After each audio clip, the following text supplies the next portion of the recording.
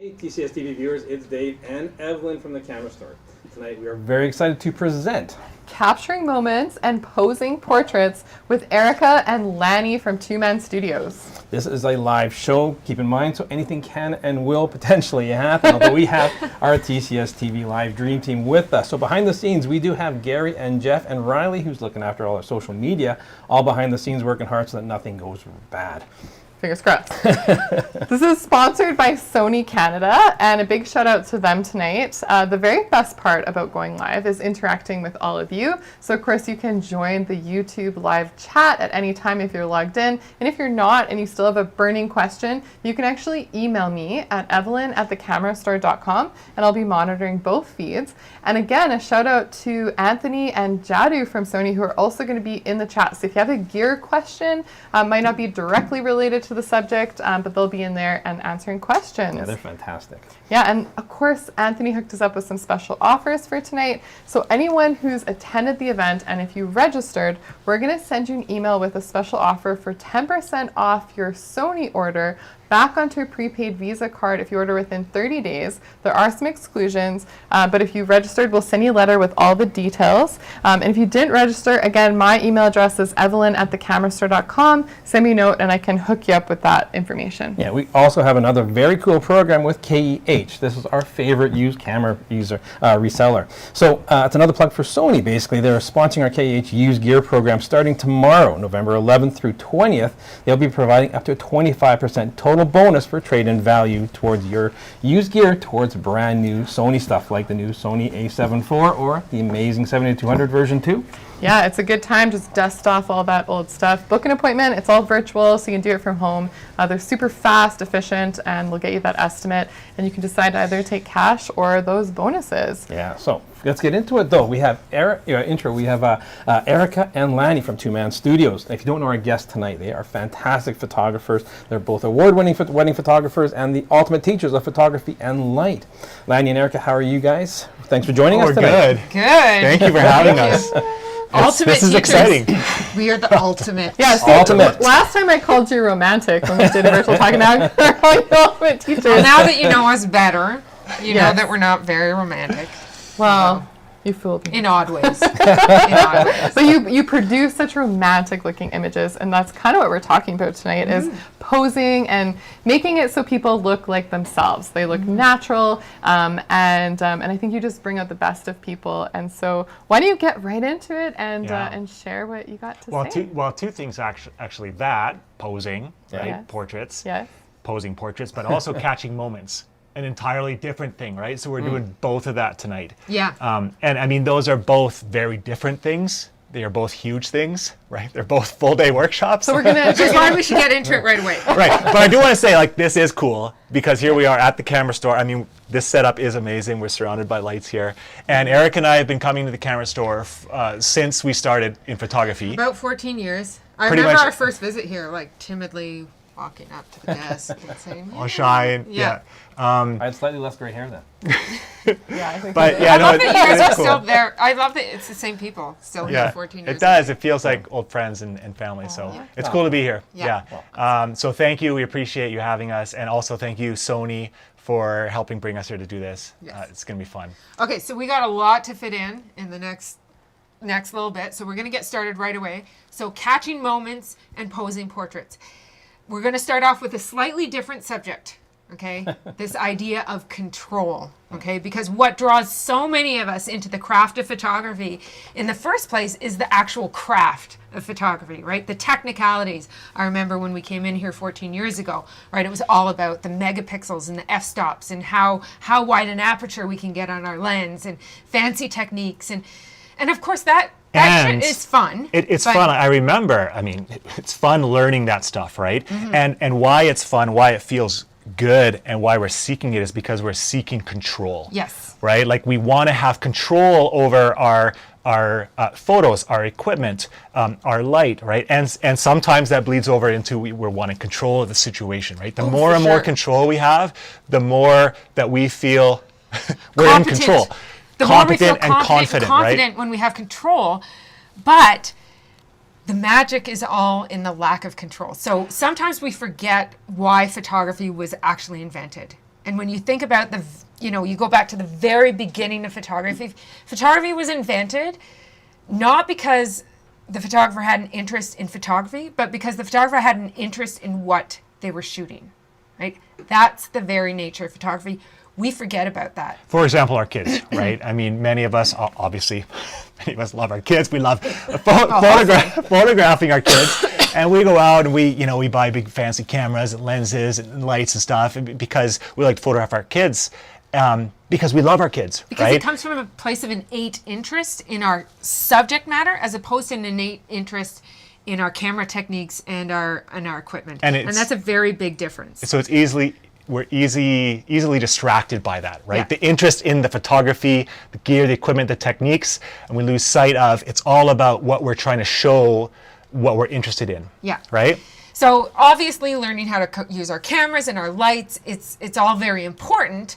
But that excitement, I mean, I see this happen time and time again with photographers. That excitement wears off. And people think they have lost their passion. They're like, I've lost my passion. I'm not excited about my techniques anywhere. So really, that interest in photography can only take you so far, right? But an interest in what you're actually shooting, that can take you off the charts far, right? Yeah, when we start learning how to use our photography as a tool to show what we see. Yes. Right?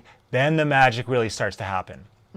And the reason that we all love learning how to use our cameras and our flashes is because it gives us control, right? And that's important. Having control allows us to craft better photos. But as we gain more and more control and equipment, we succumb to this illusion that gaining more and more control will lead to better and better work. But that quest for control, what was I saying? Yeah. But that quest for more and more control is a double-edged sword. Yeah, it can right? work for you or it can work against you. Especially when it comes to catching moments, Especially when posing portraits. And especially when it comes to when photography is your profession, right? When people are paying you to do something, you like we said, you equate that control with competence, right? So we're going to split this work, and that's important to keep in mind throughout the duration of what we're going to talk about in the next half hour. So we're going to split this workshop into two separate parts because catching moments and posing portraits are two very different games that we play as wedding photographers. Moments are about reacting, and posing is about directing. Okay, so let's start with moments. Okay, so there's a few things that we can control. Right? We've talked about this idea of control. There's a few things that we can control as photographers. One of the things that we can control to a certain extent is our light, right? And we can control our composition, right? We can decide if we're using off-camera flash, we can decide where to place our lights. We can decide on our exposure. We can decide on our f-stop. We can decide where we put the camera, and we can decide when to press the shutter, right? Those are very much things that we can control as a photographer. Right? But when it comes to moments, right? When it comes to actually capturing real authentic moments, that is completely out of our control. Right, and by moments, we mean what happens and when it happens, okay? Now, it's one of the foundational things that's important to understand about Eric and I and our approach to wedding photography is that we don't direct anything other than portraits. We don't stage or direct. Right, exactly. So we're not telling anybody what to do or what not to do. Reality happens, we're there, we take a very documentary approach. Now, we're careful to stress that we do not claim to be photojournalists, okay? There's no rules here. This is our approach and it works well for us, but we're not, against turning on or off a light switch or moving a water bottle, okay? It doesn't come from this purist ethical thing. We just realize that this approach helps us make better work for our clients. Right? And because we've realized that so much of this stuff that happens is stuff that we cannot direct this shit. Some right? photographers can. True. But we can't. It's not our thing. And there are photographers who take that approach where they, intervene. Andres Schramm, who's a local photographer in Calgary here, he comes to mind. Jerry Gilnis comes to mind. Yeah, like he directs things, but he does it really, really well. Exactly. Yeah. And their clients hire them for that, right? But our clients don't hire us for that. Our clients hire us for what we do. And that's not to that's not to say that there's no one way, there's no right way, there's no best way, there's no wrong way, right? So just keep that in mind. This is our approach. But with that approach, the moments are entirely out of our control, right? So, and that's where the magic is, Yeah. honestly. Yeah. And so we're reacting to that reality, which, yeah, we're reacting to reality because, and this is where it gets really stressful for a lot of photographers because they equate this, this unpredictability to not being able to do their job properly, right? They equate lack of control to lack of confidence or lack of competence. Yeah. So But that's not the case. Yeah, so the key Yeah. is obviously to focus on what you can control. Focus on making those compositions, focus on making that really good light, but don't focus on what you can't control. And that's so much of what we spend our time focusing on, right? And realize that what we can't control is actually where the magic is. We don't want to control everything, right? Like what we can't control is that something special that brings our work to life. What we can't control is what makes each and every wedding unique, like inherently unique. And so the photos then become unique. But a lot of us as photographers get stuck in the trap of trying to make it look like what we expect that it should look like. And so invariably what we're doing is we're trying to make every wedding look the same and not allowing it to be unique, right? But we want to make unique work. Yeah. So we got to let it be. Yeah.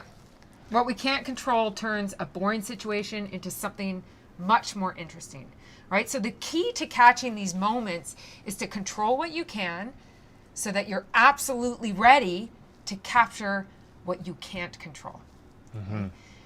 And that is what we spend 14 weeks teaching about this in this course that we offer called To Menu. We've got literally half an hour.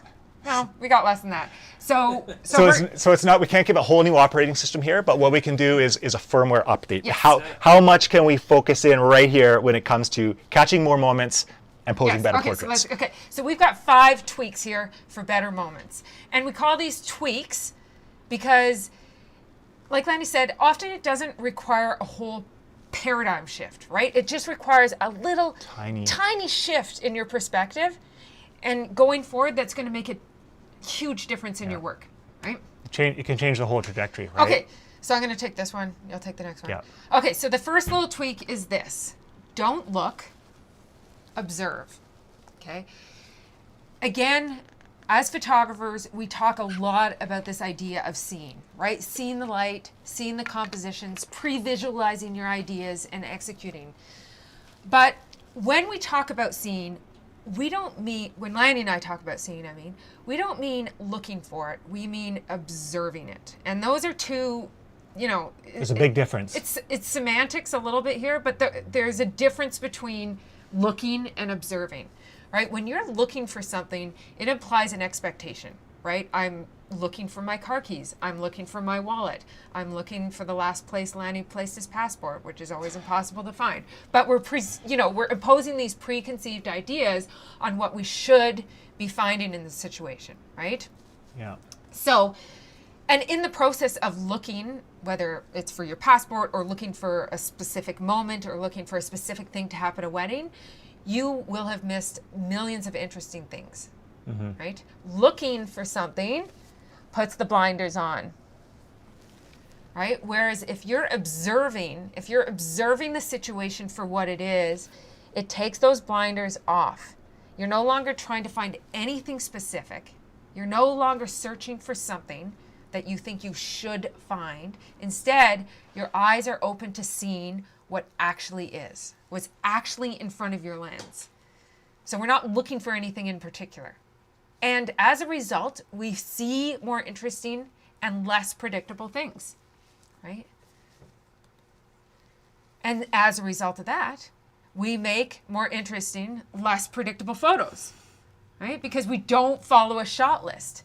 We don't try and fit that wedding into a box of what we think it should look like, right? If we look for things, it pigeonholes us into the predictable shit, right? But we want to observe what's truly unique. unique about these people, unique about the relationship, unique about their nuances and their idiosyncrasies. And this is why we don't stage or direct anything, right? It forces their story into a preconceived idea of what we think their story should be. You know, their wedding turns into a photo shoot, their wedding turns into the same predictable events that every other wedding has, right? And then as a result, the photos are going to look the same as last week's photos, right? So stop looking, start observing, because that is where you're going to find the magic. Yeah, right? and if you think about it, all weddings are predictable in the sense that they follow a predictable timeline, right? A scripted. They do. You They know, all there's have this, the then there's same. this. Exactly, and a get lot of us dressed, get stuck on that surface, right? The pageantry, and we get distracted by the pretty, and we lose all the beautiful stuff that's hidden underneath all of that. All the stuff that actually makes this wedding unique, right? And this couple and their relationships unique. We miss it all because we're too focused on what we should be finding. Yeah, so if you want to give them photos that bring them back to that real moment, to how they were feeling in that real moment, then you have to be observing. You know, this is a perfect example, the photo we've got up right here. This was during the first look. Photographers, all photographers stress about the first look. You know, you're trying to find the perfect location with the most even lighting where you can catch this magical moment where they see each other the first time. And then you've got Aunt Thelma here in the background with her bright red dress on. And most, you know, and myself included, I remember I was like, what the hell? Like Aunt Thelma's back there, like taking a video with her phone. She's photobombing all my shots. But then I realized this is the moment. Right? And the groom afterwards, he's a wedding photographer, he told me that this is the only time he's seen his aunt cry. And she's like, she's a very important person in his life. She helped to bring him up. And this ended up being a really, really meaningful photo for him, even though during the moment I was like, get the hell out of my shot, lady, with your iPhone. It would have been so easy for us to just try to like exclude her or remove Yes. her. But if we just take a moment to ask ourselves, like, remind ourselves, it is what it is. Yes, it like is this what- is their story. Yeah. Yeah. Let's let it be. So observe what actually is, allow it to be different, allow it to be messy, allow it to be unique, because reality is way more interesting than anything we can make up. Okay, we're not that creative. Reality is way more interesting than anything we can make up. Right? We can't make this shit up. Like, I can observe this shit, but I can't make this shit up. I can't say, okay, hold up your wine glass so that your face looks like extra small. But we can notice it, We can notice it. right? If we're present And be enough. open to noticing observe it. these, when Yeah. when random luck and circumstance collide like this. Yeah. We have to be open to receiving it. We can notice it and receive it, and then we can react to it. Right? And So how do we do that? Yes. Right? We got to turn down the volume on everything that's distracting us from doing just that. Well, and the first thing would be noticing that volume, right? Like noticing that voice that's in your head saying you should be doing this. Like I you should be notice doing you're that." speaking a mile a minute right now. Okay, sorry. So we're going to breathe, right? And we got to remind I always speak a mile a minute. at a wedding, we got to just breathe. I just know we got 30 Okay. minutes. Slow down the mind and simplify. Simplify. Okay, this is key. Minimize our equipment choices. The closer that we can be to one camera, one lens, the better. Okay? Minimize our technical variables. The closer that we can be to like one dial on the fly. Which is usually better. shutter speed for us. Yeah. Yeah, one focal length if possible. Yeah. Right? And forget our expectations and our preconceived ideas. Try to go into the wedding. It's hard, it's easy to say, but try to go in with no expectations, with a blank canvas in terms of what's going to happen today. What kind of images am I going to get today? Free up 100% of that mental RAM, right? So that you're just observing And reacting. and reacting to what happens. Yeah. Nothing to make happen. It's already happening for you. Exactly. And that means letting go. You are going to miss shit. Oh, yeah. Okay, Lots of it. like we miss 90% of everything at a wedding. 99%. And there's I two of gotta us. tell you, it was so freeing when I realized that and admitted it. Like when I was like, I'm gonna miss Accept it. 99% of the wedding day. That's okay. But then it comes it comes down to stacking the cards in our deck, hedging our bets to be in the right place for the right moments as much as possible, right? And that means turning down the noise, to be present, right? To observe. And don't overpay for those mistakes. We're going to miss stuff, right? As things are happening, if we're like down on ourselves because we just missed that, or if we're up on ourselves, that we're giving ourselves a mental high five, we're taking ourselves out of the moment, and all of these amazing opportunities are flying by. So we have to try to just learn from it, Yeah. but live with it. Get your head back in the game, observe, and react. Yeah. Okay? And so that's the first, First little tweak. not so little tweak. Well, okay? it's a pretty big tweak. Yeah. Yeah. Don't look, observe. Okay? It is what it is. And that's what makes it unique. So get out of the way and let it be. All right? Okay. Can I just say something a little bit, just because before we go on to the next one, because I think this is an important thing, because so many of the photos that we take as photographers at any shoot, a portrait session, a wedding, we do it as a way to validate ourselves as photographers.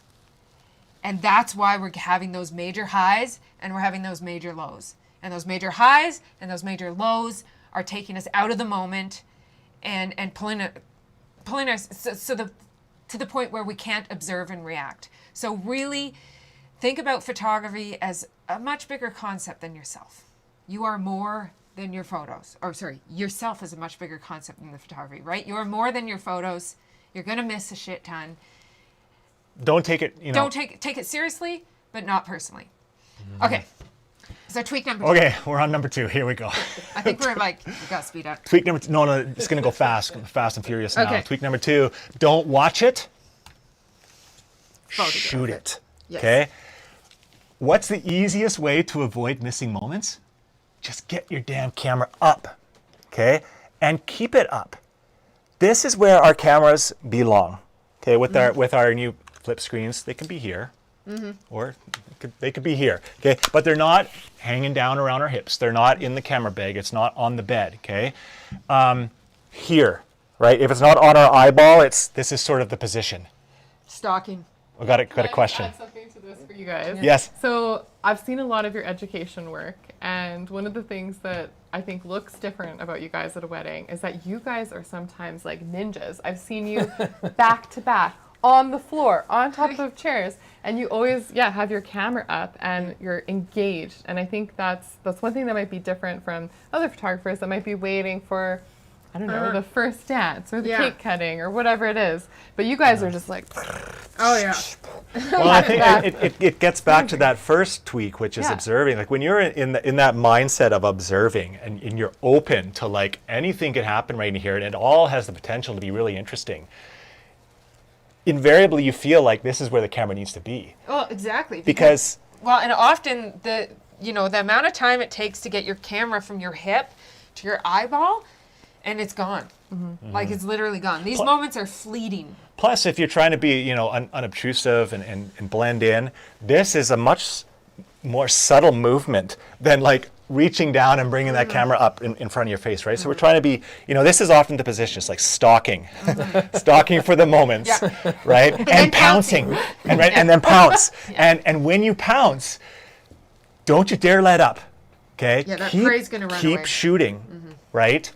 Right through the moment, right? And then some. Wait for the release. Too often photographers bring the cameras down too soon, right? Or we're actually almost participating in the actual moments, right? We're laughing with everybody.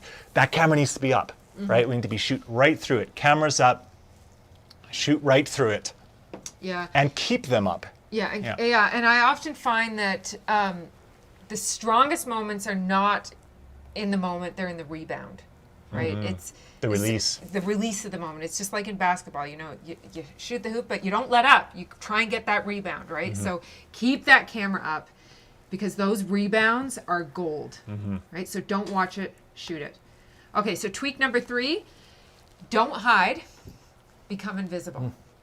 Okay, so contrary to popular belief, the best way to become invisible is not to hide in the outskirts. It's not to hide behind the the plant in the corner. It's not to hide behind the curtains. It's not to blend into the scene like a chameleon, hiding in the shadows with a long lens. That is not the way you become invisible. The best way That's how you hide. That's how you hide, yeah. Yes. But it's not how you become invisible.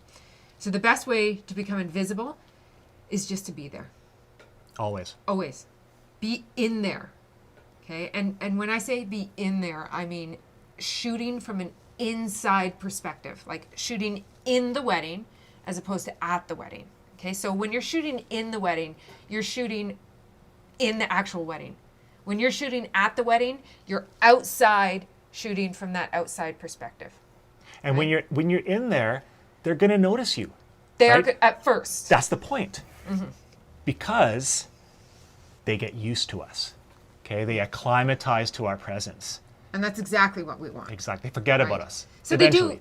I find they do notice me during the first 5 to 10 minutes. Like Yeah. always. They'll be like, course. oh my gosh. Or the mother-in-law, well, like, I don't have my makeup on yet. Why are you taking pictures of me? And We got to train them out of that. and then I Yeah. usually say something like, well, I'm going to take more pictures of you than anybody else in this wedding day. And then I just keep on shooting. And eventually they start ignoring me. Right? And so how do we achieve that? Like, how do we acclimatize them to our presence, to allow us to be in there all day? A few things. First of all, we conduct ourselves like friends with cameras. Okay? Right from before they even hired us, right? We're not the hired professionals. We're the hired insiders. That's what we're striving to. That's the vibe we're going for, okay? Yeah. And the best way to get treated like a friend with a camera is to act like a friend with a camera. yeah, exactly. You know, imagine it's your best friend. We can be best friends with anybody for a day, right?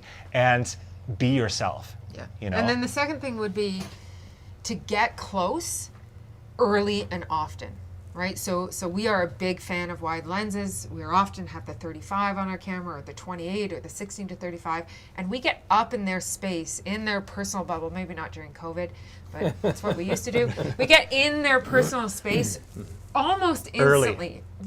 Like, of course, we go and greet them first and we ask them some questions and how was your day, but we get in their personal space early. We break that barrier. And then once shit starts to get really real, once they're having those emotional moments, they are used to us being in their space. If they're having an emotional moment and then all of a sudden a photographer is up in their face and that photographer hasn't been there all morning, yes, they're going to notice it. But if you've been there all morning and your camera's up in front of your face, that camera's like an invisibility cloak, they're not going to notice you. You establish that trust, right? And we've already shown then that we belong. And everyone else sees that trust that our clients have, and then we invariably have their trust. Yes. You know? So don't hide, become invisible. Right? I like the invisibility cloak, thinking about that. Right? And I feel like, honestly, because we get this question a lot in our workshops, like, you know, if your camera's down here, like, I'm not invisible here, but if my camera's up here, I'm totally invisible. Like, you can literally hide behind your camera. I mean, if the bride's getting naked, she's putting on her dress, and you're standing there like this, that's awkward. Or even if you're standing like, I'm not looking, I'm gonna That makes it tell awkward. me when you're dressed, and then I'll turn around and take pictures. Like, that's freaking awkward. Whereas if I'm just taking pictures the whole time, It's better to with have my the camera up here, it's not awkward. Yeah. So, But what was it gonna? Oh yeah. the invisibility. Once the too. invisibility cloak's on, then you can be like a photography superhero. Okay, you can go anywhere, do anything. But church ladies can see through that invisibility cloak. Just fair warning. Well, that's a whole other Churches workshop. is a whole nother workshop. Yes. So, anyways, so to recap: don't look, observe. Don't watch it, photograph it. Shoot it, yeah, or photograph it, yeah. Don't hide. Become invisible. Okay, so Okay. number 4, tweak number 4. Is this one me? Yeah. Yes. Okay, don't sell them. Tell them. All right? Because you can't get away with This approach. this, right? You can't get away with tweak number 1 and 2 and 3 unless you do this tweak, right? You can't get away with doing all of this unless you tell them you're going to be doing this. All right? And when do you tell them? Before they even hire you. Okay? Your clients have to know your approach and why it's your approach before they choose you. Okay? They have to know you're going to get close and why before you get close. They have to know you're not going to be directing shit, and why, before you can forget about having to direct. Okay? And when you explain this to your clients, whatever your approach, right? If you have an entirely different approach, if you explain it to your clients before they've even hired you, as long as you believe in it, then you will accidentally be selling yourself. It's not a sales meeting, right? I mean, your ideal clients are going to eat this shit up, okay? When you explain this, our client inquiry meetings are never about selling or like sealing the deal. It's always only about educating. And an open, honest explanation about what they'd be getting themselves into with us. That's letting them know. It. Yeah, that's right. Explaining our documentary approach, what it involves, getting close. What it doesn't involve, asking them to do stuff for us or not do stuff for us. Okay, so that they understand. I mean, we're the experts here. This is new for them. Yeah. And we explain this the same way we'd explain it to my sister or your friend, right? Like we don't want to come across as consummate professionals at all. Like we're starting to set that friends with cameras vibe, right? Yeah. Even before they've hired us. Answer the question honestly the way that you would your best friend. They're going to appreciate that. That's the easiest way to do it in a way that it feels true to you. Yeah. You know. Yeah. So this is our approach, and this is why. And what happens when you do that is, for your ideal clients, obviously they're going to love it. For the clients where it's not a good fit, it's going to become blatantly obvious, and they're not going to hire us. And that's also what we want, right? So because of that approach, are you guys finding that typically your customer satisfaction is fairly high, or have you ever caught anybody off guard, like earlier on when you started doing this approach? We have never caught anyone off guard. Have we? At the wedding, I would say that the reason we sort of fine-tuned this approach from lessons learned, red flags that have come up, and we've learned. So our whole client experience has evolved. Every time we learn a new lesson every wedding we shoot. Yeah, totally. But if there is an issue after the wedding, or they're unhappy with the amount of portraits they got, or whatever it may be, then we go back and we say, how could we have communicated our approach better? How could we have set their expectations better? So that's a constant morphing process. Yeah, totally. So that's number 4. Don't sell them, tell them. And the last one. Final tweak. Okay, this one's for you techie heads out there. Okay, Techie one. This is a techie one. The technical one is don't miss focus. Okay, and how do you not miss focus? 3 words: back button focus. Okay, if you don't know what back button focus is, go and Google it. It will change your photography forever. If you already know what it is, you already get it. Yes. Okay, you know. Yes. So if you already know what it is, you can skip this entire section. But for those of you that don't know what back button focus is, basically it takes the focus off your shutter finger. So your shutter finger no longer is used to achieve focus. What it does is it puts the focus on the back of your camera. So I've got 2 buttons set up for back button focus. I've got this one, which is center point back button focus, and I've got this one, which is eye detect focus. So then this finger only has one job. This finger is to achieve focus, and this finger is to click the shutter. Okay, so this finger is my moment finger. This is my moment finger. One job. It's like connected right to my heart, which is connected right to my brain. So this is my moment finger. Okay, so when it comes to capturing moments, back button focus is key, because I can achieve my focus with my back button focus. Then I can put all my attention and bandwidth into composing the image the way I want to compose it and shooting through that moment. And that's all I have to worry about. So I achieve focus, and then I'm like, shoot, compose, watching the edges of my frame, making sure I'm filling the frame the way I want.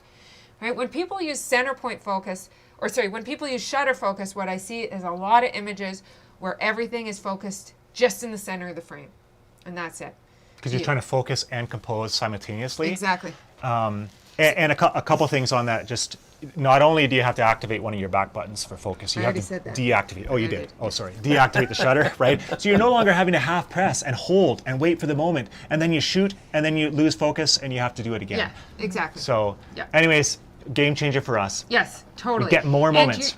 You're going to get way more moments, and you're going to get way more moments in focus, and your compositions are going to be way more intentional. Very interesting. And it is a little bit of a learning curve. I will Yes. warn you, okay? It is a learning curve. Like, it'll take you a day or two to get used to this, but trust me, guys, just do it. Like, just do it. I think of, like, another example is, Tiger Woods, he changed his golf swing at the height of his career. And got better. And got better. Like, when he literally was the best person in the world at golf, he changed his golf swing. So you can go to back button focus. Do it around the house with your kids or whatever for a few days first. But I'm telling you, this is a game changer when it comes to Getting more moments. documentary photography. Yeah. Getting more moving moments in focus. Yeah. Okay. Okay. So To quick review. review. Don't look, observe. Don't watch it, shoot it. Don't hide, become invisible. Don't sell, tell. Don't miss focus, back button focus.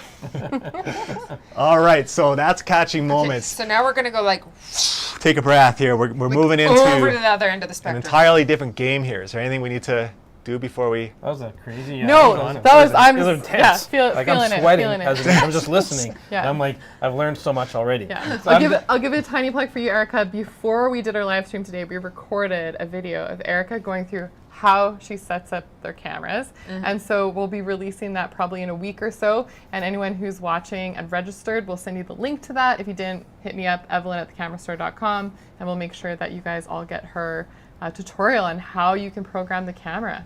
Yeah. Yeah. I did make the mistake of drinking coffee right before we made that the tutorial, so I was a little jittery, like even all good, more though. than I am now. So that's a treat. Anyways. It's all good. Okay. Okay, posing portraits. This is an entirely different animal. All And right. we've got a little surprise for you in this section, but I'm yes. not going to tell you Okay. what it is. Very exciting. Dave's really excited. Evelyn, are you excited? Oh, yeah. Yes. Yeah. Oh, yeah. Okay, Dave and now- Evelyn are both excited. We do want to preface this by saying that we feel that we suck at posing. We do suck at posing. Okay? We don't feel like we suck at it. We do suck at it. Meaning we struggle with it. Okay? We do. It's outside of our comfort zone. Why? Mainly because we're no longer reacting to reality. Okay, now we are creating the reality now. It's on us. Okay, we didn't create this, by the way. This was their idea. No, we created the photo, but we didn't create this reality. They just did this. Yeah, Okay, they that's just just for did fun. All right. So, so when it comes to portraits now and posing, does this mean that we now have control, right? That elusive thing we want. Does it mean that we have control over the moments?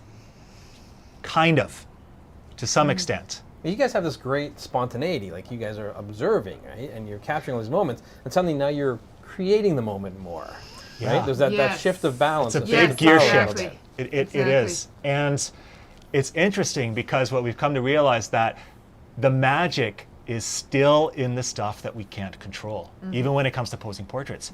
How do I go back? Oh, press that back. Just arrow. that? Yeah. Again, the key is controlling what we can in order to be ready for what we can't, which looks a lot different when it comes to posing. So let's start with what is the same, okay? Just like with moments, observing, like you said, Dave, it's still key. It's still it's still the root. But we don't want to be looking for this or that about the couple. We want to be observing who they are. Yeah. Okay? And that's really hard, especially during a portrait session, because I mean, even just thinking about a portrait session stresses me out. Like, I think about the anxiety I have. I think about going out with the couple and having to keep them busy the whole time. So the first thing is to literally give myself that mental cue. Okay, observe this couple. Observe how they walk together. Oh, they're a little bit nervous right now. I'm going to keep observing them when our camera's down.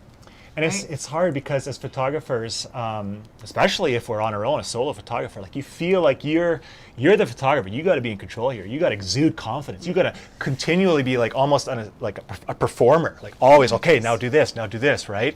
And that takes up a lot of mental bandwidth.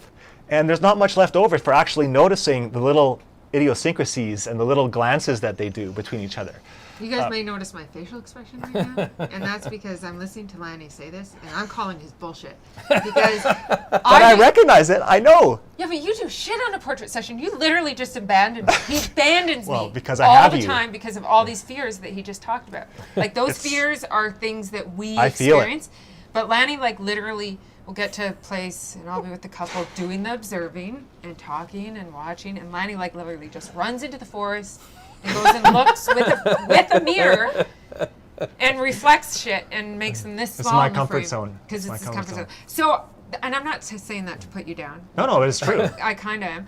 But I'm saying it because I want you guys to know that we all struggle with this as photographers. It's something we all struggle with. So just know that. Right? So, but that observation, right? Those little things they do when your camera is down. Right? Observing that helps us pose them in ways that we know they actually interact together, right? It helps show their uniqueness. And I mean, this is just understanding human nature, right? It's most of us don't, do photo shoots every day. But we've been trained since birth. When a camera comes out, life stops. We hold our breath, we say cheese. And so we're all inherently awkward when there's a camera Yes, up. yes. When the cameras come down, then they do the natural things. Yeah. So that's when we have to pay attention. Yeah, so let's take the word posing out of the game, because posing just makes my blood pressure go up. It's a terrifying word. Pressure. So it's pressure, right? And let's talk instead about the word directing, right? Because directing is an entirely different thing. Okay? So when we're directing someone, or when you think of the greatest actors of all time, right? They're not pretending they feel a way. They're actually feeling that way. Okay, so how do we do this with our couples when our couples aren't professional actors, right? And what's really important to realize is that, and we think the opposite is true, but what's really important to realize is that our actions control our emotions. Okay, so our actions control our emotions. We think the opposite is true, and it's human nature. We think our emotions control our actions. We think, when I feel like going for a run, I will go for a run. But when you get out the door and you go for a run, all of a sudden you might feel like going for a run, right? Our actions control our emotions so much more than the opposite is true. And this has been scientifically proven. There's tons of studies out there that show this.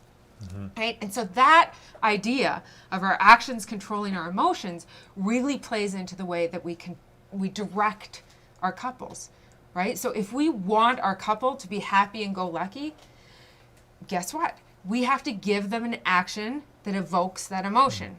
If we want our couple to be quiet and romantic, we have to give them an action that evokes that emotion. We can't just say, okay, Be romantic. guys, can you be happy there? Like, just be really happy together, right? That almost just blocks the emotion, right? And same with romantic. Can you guys just be hot and steamy for a second? Like, no, it's not going to work. and we not- have to give them something that is going to evoke that feeling. Yeah, and not only that, we're all self-conscious around cameras, Yes. right? And so if we're asking them to look a certain way or do a certain thing for us, all they're thinking about is, am I doing the right thing? Do I look okay? Whereas if we can turn it around to shifting their focus onto an action, then that takes their focus away from, am I doing the right thing or looking the right way, to just doing the thing that we've asked them to do, right? A physical action that evokes a motion or an emotion. Yeah. We're basically trying to get them in the part of their brain where they're feeling and not thinking. Yeah. Okay. So, and that simplifies the whole portrait game for us. Okay. Now, there's one other thing before we get into our surprise here. Hang on, I'm doing this, that right? does, yeah, I'm just Yeah, introducing okay. it. That does sort of simplify the whole portrait game for us, because as wedding photographers and portrait photographers, we often go into a shoot and think we have to get this huge amount of variety. The for weight on our couples. shoulders that we feel, Yeah. like throughout the whole wedding day, leading up to portraits, it's a foreboding pressure to perform you're and over produce all portraits. this variety of epic portraits. So if we can simplify things, any opportunity we have to simplify things for us and dial down the pressure meter, we're going to do it. And so here's what we've done with portraits. We've simplified it down to 3. Because how many portraits do people really need? Like, when you really think about it, they think they need tons of variety, but they don't need a ton of portraits. They need Right. 3. Okay. They don't even need They 3, don't- but we're going to try and But get just- 3. No, I've Yes. often said that. There's often, usually when you photograph a wedding, there's the one standout shot. There's like that one shot that's that's the one they're going to frame. That's the one Yeah. they're going to Yeah, put up, exactly. right? You take 1,000 shots, but there's one shot that really makes the wedding. Yes, and when we can focus on, if we simplify it down to that, it takes the pressure off and we can focus on quality over quantity. Let's do a really good job of these 3 portraits rather than trying to do like infinite variety, okay? So here are the 3. We make sure we do a good job of these 3 portraits, okay? 1, this is us, and this is our connection, okay? We're up close. This is us in the environment where we got married, wherever it is, okay? And this is us on Grandma's mantle, okay? Smiling and looking at the camera, full length preferably, okay? And we often forget this one, so we'll often start with it, okay? But that's it, that's all they need, okay? Quality over quantity. This relaxes us, this relaxes them, and it makes better portraits. Invariably, we get more than 3. On the quest to achieve, do a really good job of these 3, we get a whole bunch, okay? But it simplifies and reduces the pressure. So let's start with the easiest. Number 3, we get this out of the way, Grandma's mantle, okay? It's super simple. Smiling, looking at the camera, okay? That's it. Grandma's mantelpiece. Check, done. All right, move on. This is what Grandma wants, right? Oh, yeah. We got to do it. Okay? My mom hates all our photography because she's like, they're not looking at the camera. So literally this photo is for my mom at every wedding. Yeah. All right, number 2. This is us in the environment where we got married. Whether it's out in the mountains or in a backyard or in Grandma's basement, wherever. That's them in the setting, okay? And the environment, the setting becomes a character in the photo. And if you think about it, if we ask our clients, what's the first decision you made when planning your wedding? Often, sometimes even before who they actually are going to marry, they've decided where. They've picked the place, right? And often it's for important reasons. So these kind of weddingscape, we call them like landscape images with people in, where we pull back and we show them in the environment where they got married, gives a sense of scale and place. And it's not always a matter of, often, we look at photos like this and assume that the photographer is miles away from the subjects. These are often wide lenses, and we're not miles away, right? And of course, it's really hard to get emotion in these photos, right? Because True. you can't see their faces. They're too small. So in this case, we look for motion, right? We look for movement and we look for body language. If we can't get emotion, we go for the motion, okay? So that's key, get them moving. And we've got some tricks that we've learned is often they won't know that we're shooting. We'll just ask them to, see that rock up there? We want you guys to make your way up there. And Climb up to the top. just help her with her train as you're going up the steps there, right? It's intentional because we know we're going to shoot them on that whole journey up there, or coming down and out of the pose afterwards. Now, right? that being said, do you guys put it on electronic shutter and use silent? So that they... Yeah. Yes. Yes. We are on electronic shutter in silent mode most of the Almost time. all, unless we're shooting flash and we have to move over into mechanical shutter, our preference is to shoot electronic shutter almost always. Because then they don't know when we're shooting or not shooting. So often it's just a matter of giving them something to do once they're there, rather than at all costs we want to try to avoid the penguin pose. Which is this. Because nobody actually stands like that. No two lovers in the history of lovers ever stand this way. Like, never do that. It doesn't make sense to do it, right? Do something, give them something to do that makes sense that they would be doing in that place, right? So movement. Actually, there's more. Also, shooting through the transitions. Okay, I think that's coming up here. No, we're No. on to Okay. Yes. Okay, so now we've got the surprise. But first we do this. What? First we do this. You're like, no, I'm going to talk about that over there.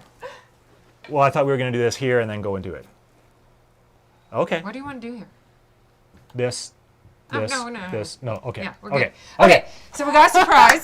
So Here's what's going to happen. we are actually going to do, and I'm going to spend very little time on this, but that's good. I want to show you guys how many moments you can get in very little time. We've got Evelyn and Jordan, who are a real couple, who are married, and with 2 kids. So we're gonna do a live posing demo with you, and maybe someone could set a stopwatch for us and see how much we can do in like 5 minutes. Okay. Do Yeah. you want? Because I can explain a couple things while you're getting set up. I'm not. There's nothing to set up. Okay, we're good. Yeah. We're good. So we're just gonna head over there. Yeah. Hang on. You're mic'd. Oh yeah. Okay, watch out. There's like a zillion tripping hazards in this place. Okay. So this is pretty exciting because I don't think we've never done this before, a live posing routine like this. So Possibly go wrong. nothing Okay. to go wrong whatsoever. We have trained Can you guys professionals see us? here. So we're going to switch over cameras here shortly. You guys will be able to see what's going on. Do you want us over here? Yeah. So come on over here. Okay. We should explain, Dave, you should explain, you should introduce our guest. So this is the one and only Jordan Drake, who I've known forever, and his lovely wife, who is my co-host, Evelyn. So we, This is a huge crossover. this is, yeah. And so we met working in, not this camera store, but a different camera store. And then we got married while we were working in this camera store Not together. at a camera store. And now Jordan, he works for DP Review, and I work here. We do YouTube, so Awesome. that's it. How big We're is in this love. place? Should we move closer a bit? Yeah. So we're gonna come on, put- guys, move closer. Okay. Okay. So obviously, when we start the shoot off, people are nervous. Many people have never had their photos taken before. They don't know what to do. We model the first part of our shoot off as if they are kids because we want them to get in the state of their mind where they're not thinking about having their photos taken, and that's basically kids. Play. Right? It's play, right? So and if we start off with this fun and energetic stuff, generally speaking, that residual energy carries us through the rest of the shoot. And these first couple things I'm going to show you, rarely do I get any good photos from it.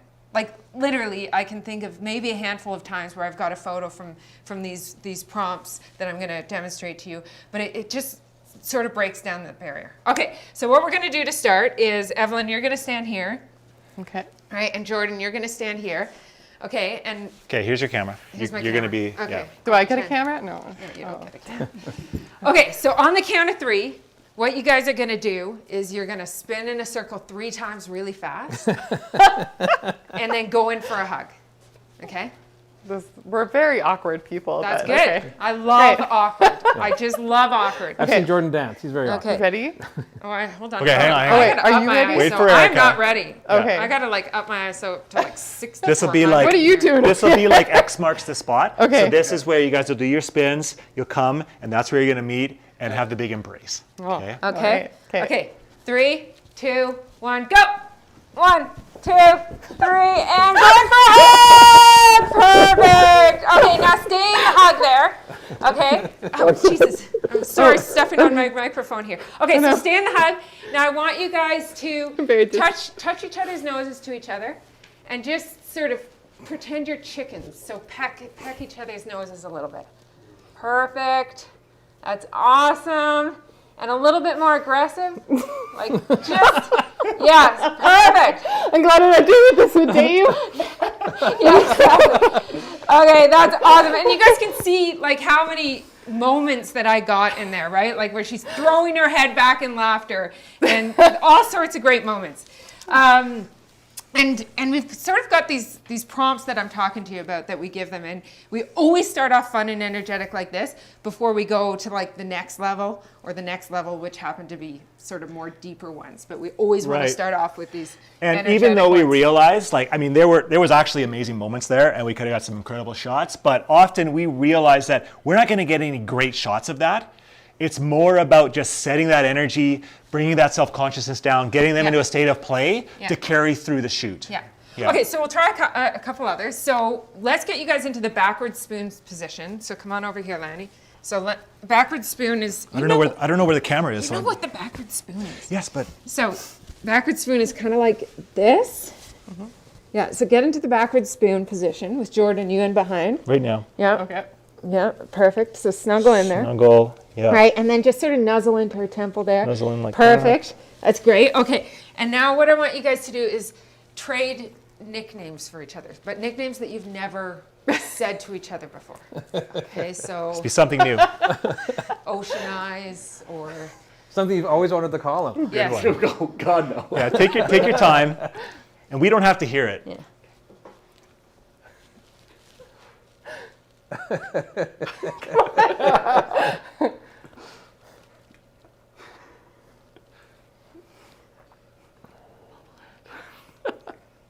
Oh, it's so good, guys. Come on, figure it out. Can you go get my You can. 50? Can you go get my 50? Okay, thanks. Okay. Okay. So now what I want you guys to do is just stand facing each other, and holding Okay. each other's hands. Okay. And nice and close in at the hips. Okay. So this time I want you guys to imagine. How old are you guys? Like 30? High 30s and High low 30s. 30s. Okay. So Guess let's go. which one is Let's which. go 40 years into the future. So you're in your 70s, you're sitting on your front porch, and you're looking back on your lives, and you're in your rocking chairs. Maybe you got a gin and tonic in the hand, and you're remembering all the things that happened. And so you're going to say, finish the sentence. You're going to be like, do you remember when blah, blah, blah happened? And then you take turns saying this. Okay. But what you remember is something that hasn't happened yet. Oh.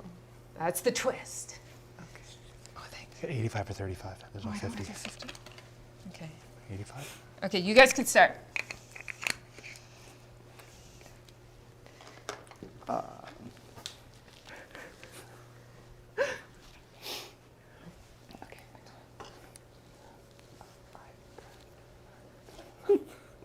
Hopefully.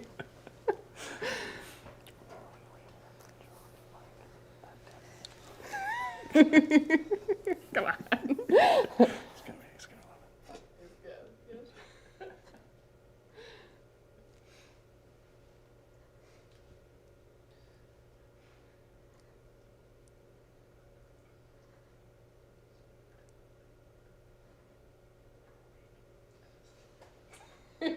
It's impossible. Oh yeah, I can't hear them, but they got microphones on. Okay, you Now can just turn a it. hug. Now just a hug, guys. Yeah, so Just go in for a nice hug. hug. That's awesome. Awesome. Okay, and then stay in the hug, but I want you guys to like, sort of be like this a little bit. Yeah. So let's get your arms over top, Ellen. Okay. Oh. Kind of like this. Yeah, like this. Oh. Okay. Yeah. Okay. Perfect. Okay, and then tuck your hair back for me, Evelyn. Yeah. Okay, and this time I just want you guys to take turns saying, with just sort of looking right into each other's eyes, just saying, I fell in love with you because. Finishing that sentence. I fell in love with you because you understood me. I was gonna say because you're tall. but also because you're lovely and hilarious.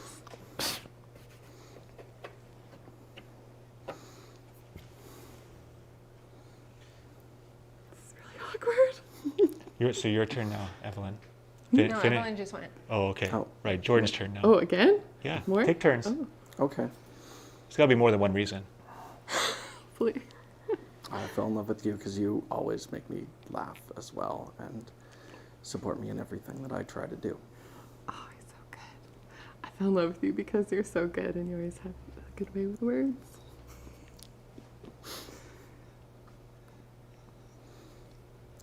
I didn't know you were going to do that. You're doing good. Doing great. I'm so sorry. Let's change it a little bit. Same thing, but now it's I still love you because. I still love you because you're an incredible mother.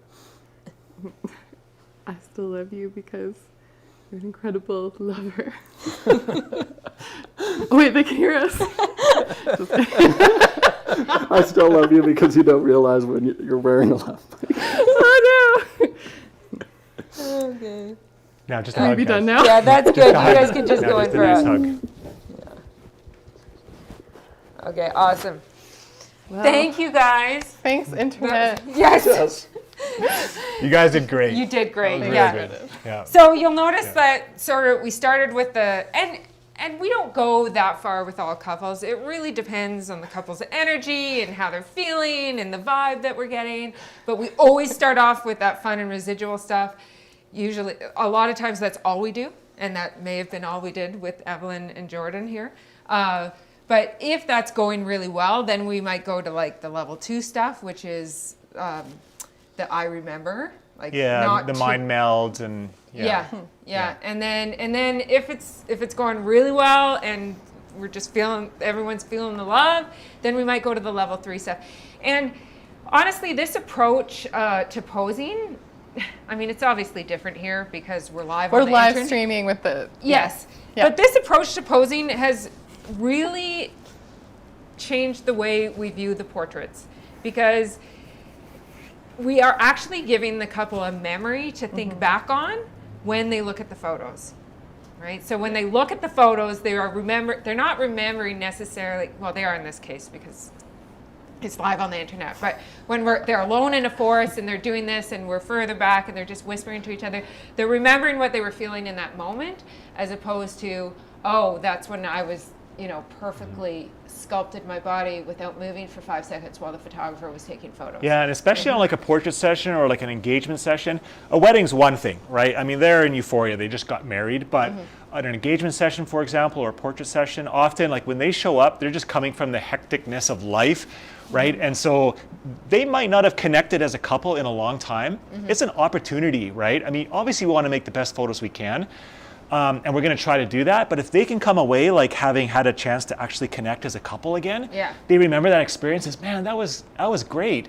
And then when they receive the photos, it reminds them of that experience that they had. Yeah. So, if it's in a spectacular photo and they had a shitty time, versus, even if it's a pretty good photo, if it reminds them of a positive experience.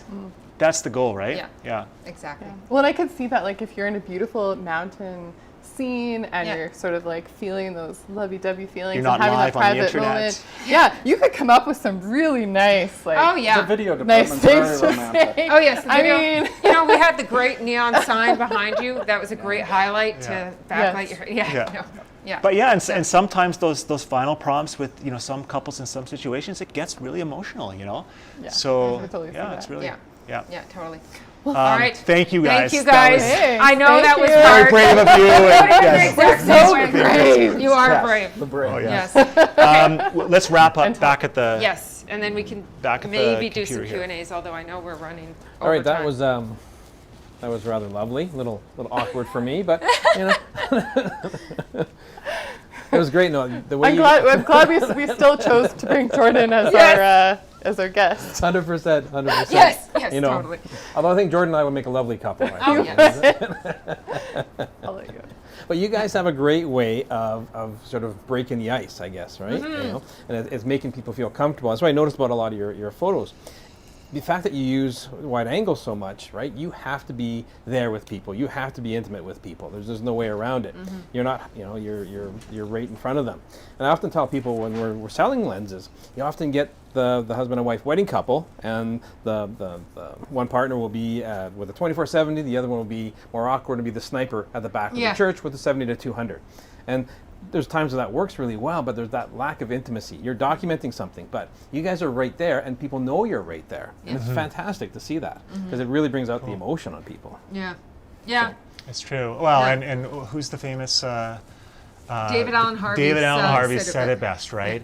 Don't show how it looks, show how it feels, right? And if we want to show how it feels when it comes to emotional moments, we got to be in there. Yeah. Or Kappa. Kappa's got the other famous quote, right? If your photos aren't good enough, you're not close enough. Yeah, and I mean the ultimate goal of any photo that you make, regardless of whether you're a wedding photographer or a landscape photographer or a food photographer, the goal of any photo is to make the viewer feel as though they're present in the scene that you're photographing. Right? To make the viewer feel like, oh my God, that cake looks delicious. I feel like it could reach right through the page and take a bite. Or, oh, I just really feel the emotion of that couple. Or I feel like I'm in that walking through the woods, right? That's the goal of any photo. And the only way we can achieve that, really, I feel like, is actually being there ourselves, right? We can't make our viewers feel like they were there. when we're not there ourselves. And I mean that physically, Yeah. and I also mean that mentally. So, yeah. There's just a few examples of portraits where we've done an approach like this, right? Tried to help them get into a state of remembrance and connection. Yeah. And then we've got, I think, I just wanted to quickly highlight stress. We mentioned this again, the transitions. Like, here's some examples of portraits that were all made in between the portraits. The moments when they thought our camera was down, when they were moving from here to there, and we keep the camera up and get those in-between transitional It really shots. tells a story. I mean, every picture tells a story, sort of sets a scene that you actually feel like you're right there. That's incredible. You guys do a fantastic job at doing that. Okay, that was the demo. And to just a quick recap for you, just to land this ship. The 5 tweaks: don't look, observe. Don't watch it, shoot it. Don't hide, become invisible. Don't sell them, tell them. Don't miss focus, back when to focus. But, And really, what we hope that you took from this is, more than anything, is that the real magic lies in what we can't control. Okay, and embracing that is a creative journey that's worth taking. Okay, control what you can, so that you're ready for what you can't. Yeah. Right? Because the magic is in that uncertainty, and really it's a power that comes from knowing that you don't know. So go forward not knowing. Awesome. We have a couple of questions. Sure. Oh, we're game. We're totally game. Yeah, thank you. Sorry we went over No, time. No, you it's all guys good. are, Yeah, you and thank guys you are for great. Next everyone time who we're going to showed up. schedule a 4-hour live show. I have to admit, I'm still a little. So you guys talked about earlier on, we were talking about moments, that you want to try to get down to being like the one lens and one camera combination. And so I have to ask, like, what would be your ultimate focal length, and what have you guys chosen to shoot with for your gear? Great question. Well, first of all, I'll just caveat that statement. Yes, that is our goal, to be as close to that as possible. That doesn't mean that's all we have with us, right? Like, we'll have our lenses and our lights in the camera bag, but if we can be in that state of mind where it's just one camera, one lens in that situation, then we can just react. Well, right? yeah, because what I see a lot of photographers doing is, they'll be taking a bunch of photos with the 35, and they'll be like, oh, I should get some variety. I'm just going to change lenses. I'm going to put my 85 on just so I have some variety. And you know what? If the 35 is working, like, I've shot entire bride preps with a 35 and nothing else, because that was the lens that was working best. So we don't have to get a variety through our focal lengths. We can get a variety from where we choose to place our cameras and the angles that we choose to get. So and I'll also say on that, like on lenses, we've gravitated towards the prime lenses, and we moved away from zooms early on, not for the faster glass, not for the wider apertures. It was simply because it simplified our thinking. It was one option versus infinite options. So I would rather have, a 28 or a 35 on my lens than the 24 to 70, simply because I've got one option. And you get to learn that focal length like the back of your hand. So you're not like the jack of all focal lengths, you're the master of one. You're the master of the 35, and you grow to learn exactly where I need to put my camera right now to fill the frame with that moment. So it becomes very instinctual. But that being said, my favorite lens is the 16 to 35. But at 35, all the time, right? All of the 35? 35 Or 16. On the dance floor at 16. Yeah, but I find that a 35, especially in a tight space, is just not quite wide enough for me sometimes. So having that extra little wiggle room with the 16, or being able to zoom out. I never zoom out to 16 except on the dance floor, but just a couple extra millimeters really helps. And actually my personal favorite right now is 28. Sony makes this 28 2.0, super small, little pancake lens. I love it. It's my personal family travel lens, and for documentary wedding day, it's my go-to. Excellent. So we got a great question here from Laura James, who asks, my question is around lighting. Are you using flashes regularly, or are you focused more on natural light? Good question. Yeah. So flashes only come into play when we're trying to problem solve. Okay, so we do use flashes regularly because we're often trying to problem solve. Okay, so and the problems we might be trying to solve, for example, I'll give you a documentary example, and I'll give you a portrait example. So in a documentary setting, perhaps we're trying to layer 2 stories together. So perhaps the bride is getting her makeup done in front of the window, and her mother is behind her getting her hair done in the darkness. And I want to layer those 2 stories together. The only way I can get those 2 layers in the same exposure is to put a flash on the mother in the background so that she's the same exposure as the bride. So that might be one example. So that happens fairly often during bride prep, as you can imagine, if I'm trying to layer different stories in different parts of the room together. Before you move, we'll stay on documentary before you move to portraits. Groom prep is very different in that they never sit in one spot for more than 10 seconds, and they get ready in 7 minutes flat. So the way I roll mostly is natural light. Like that's my go-to. And what I do is I have one camera set for natural light, right? My other one is linked to my flash. And so I'll have flashes in areas where I know that things are probably going to happen, like in front of the mirror, right? I'll have a flash clamp there and ready. And so when moments happen there and I've got more than 10 seconds to get it, I'll grab my flash camera and try to make that happen. But for the most part, just rolling ambient light. Yeah. Our preference is always natural light. It's always natural light is our preference, Possible. if possible.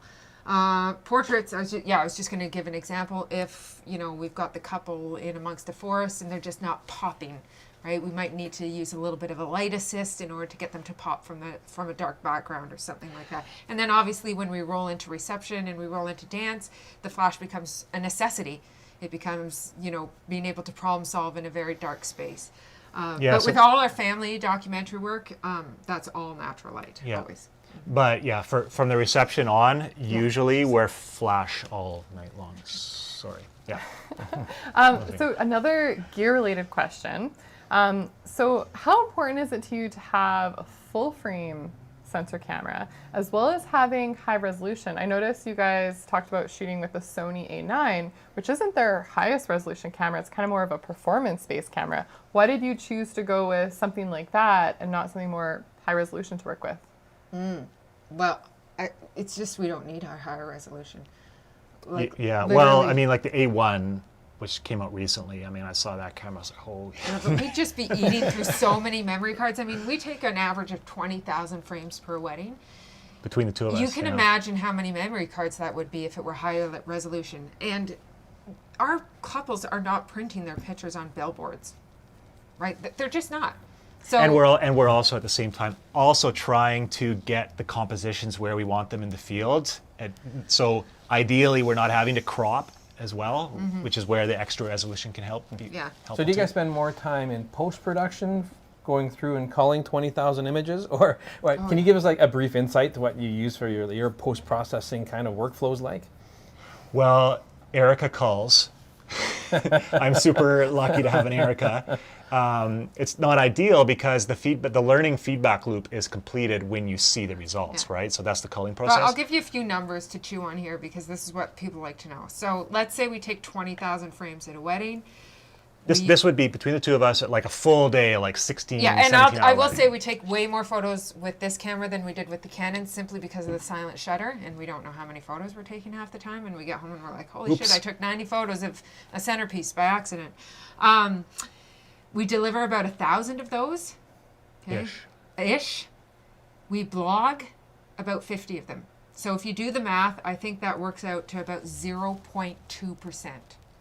So you guys, the world, are seeing 0.2% of our work. Okay? So you don't know what the other 98.8% looks like, but I'll tell you it does not look like the 0.2%. It's not even close. So just keep that in mind. Yeah, and so Erica's our color and I'm our editor. Actually, the image salon helps us with editing. We outsource to the image salon, and they sort of get things almost to where we deliver, to the point where they're deliverable for our clients. And then I kind of go above and beyond in the editing on the artisan edits. So our select favorites for their slideshow, for their wedding album, for the blog post, that stuff gets like a higher level. And full transparency, it's about 50 hours of work per wedding just on that section alone. Wow. Yeah. Amazing. And so how many weddings are you guys doing? I guess maybe not right now, but how many were you doing on average per year? We were doing 10 to 12. Yeah. Like That's right before COVID. That's where that was our sweet spot. We learned to cap our weddings early. Like we did, we learned a couple things. One, we learned not to divide and try to take on more weddings. We learned that we were stronger as a team. So we do all our weddings together, and we learned that we could only handle so much because of how much we pour into each wedding. So we kind of learned our lesson, and we started to cap it. And then as education took up more and more of our time, we kind of gravitated to that 10 to 12 sweet spot. And I think that's what we have for next year. So, yeah. Last question I have for you is a little bit twofold. So first one, we had a question from Brad McMillan about using flashes on the dance floor. But then my other question is, how important is it to have good dance moves on the dance floor? Who's that one from? Me. I was going to say. Good dance moves, Yeah. Well, okay, good dance moves, I would say, is not important. Well, it is if you want to shoot from inside the action. Hang on. What's important on the dance floor is if you want to be in it, they have to feel like you belong there on the dance floor, right? Which is why so you you have have to be good yourself. You don't have to dancers. be like kicking it with killer moves. You just have to be having fun, right? And maybe you're just a little shuffler, or maybe just like sort of like mouthing along to the lyrics, right? Just feel it and be there having fun with them. They're going to sense that, and they're going to let you in. So yeah, it doesn't have to be killer dance moves. To make some effort is what you're saying. But you might happen to have some. We might. You we might might happen to have a Oh few. yeah, hey, if few Billie back Jean comes pocket. on, I can't There you resist. go, there So you go. yeah, Yeah, and then what was the question about the lighting on the dance floor lighting. Oh, if you're using flashes. on Oh the yes, dance We floor. are. yes. Yeah. So yes, we use flash is on 100% of the dance floor. Yeah. And So we've got, I mean, yeah. there's a whole, we've got 6 different sort of. you can let me talk for a bit. sorry. Like it's okay to let me answer a question. Yes. So we've got about 6 different lighting techniques that we use on the dance floor, and it's really dependent on the venue. And it usually takes us about 4 or 5 songs to figure out what lighting techniques are working the best that night.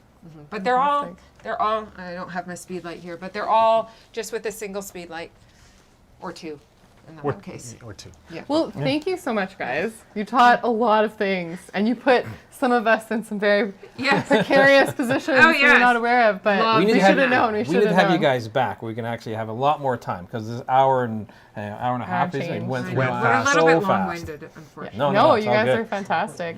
But thank you again, Erica, pleasure. Lanny, Two Man Studios, and do check out their Two Man U if you want to learn more of all of their amazing courses they have going on. They have a Facebook group. It's all a lot of fun and super valuable. I also want to thank again to Sony Canada Yes. for making this Thank event you, Sony. happen. And for all of those of you who've registered, do check your inbox tomorrow because we will be sending you that special offer. That is fantastic. Yeah, and if you didn't register, email me, evelyn@thecamerastore.com, and I'll add you to the list. Make sure if you want to trade in your gear, talk to KEH, set up an appointment. Those guys will great and get you into some new gear. Absolutely, and we have lots more TCSTV live educational events coming up, and so you can check out thecamerastore.com under the events tab for all the details, or you can just subscribe to our YouTube channel right now, hit the notification bell, and we'll catch you again very soon.